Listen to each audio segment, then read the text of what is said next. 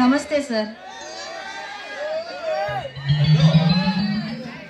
Beautiful. ఎవరు? అది జగదీష్ గారు మీకు సెక్రటరీ కావాలని నన్ను ఇక్కడికి పంపించారు.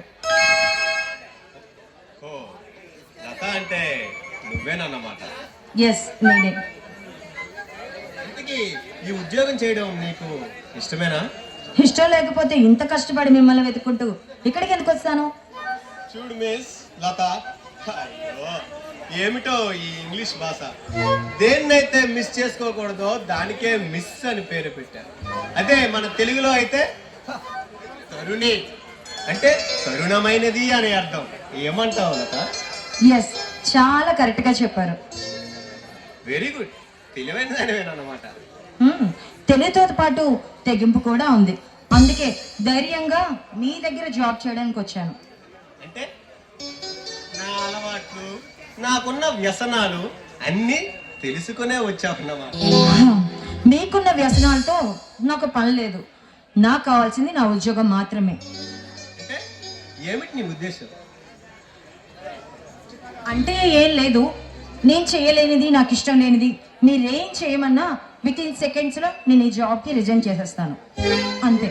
చూడు మిస్ లత, నేను చెడిపోయిన వాళ్ళని చేరదీశానే గాని ఎవ్వరిని చెడగొట్టలేదు. నీ ఆత్మాభిమానానికి భంగం కలిగే పని ఏది కూడా నేను చేయను. You don't worry. మిమ్మల్ని చూస్తుంటే నాకు దేవదాస్ గుర్తొస్తున్నాడు.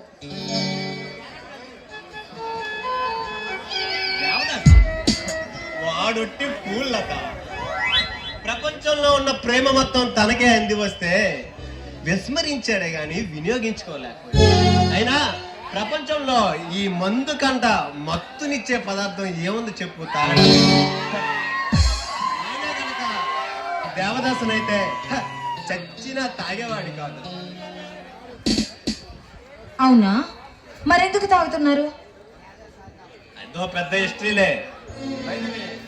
నీతో ఒక చిన్న విషయం చెప్పాలి. ఏంటి? ఓ, ఇట్స్ ఓకే, పర్వాలేదు సార్, పదండి లోపలికి వెళ్దాం. చూడలత, మనిషి మీద అభిమానం ఉన్నప్పుడు మాత్రమే ఆ మనిషి ఏ తప్పు చేసినా మనం భరించగలం. నా దగ్గర ఉద్యోగం చేయాలంటే నా మీద నీకు అభిమానం ఉండాలి. తప్పకుండా. సరే, పదండి వెళ్దాం.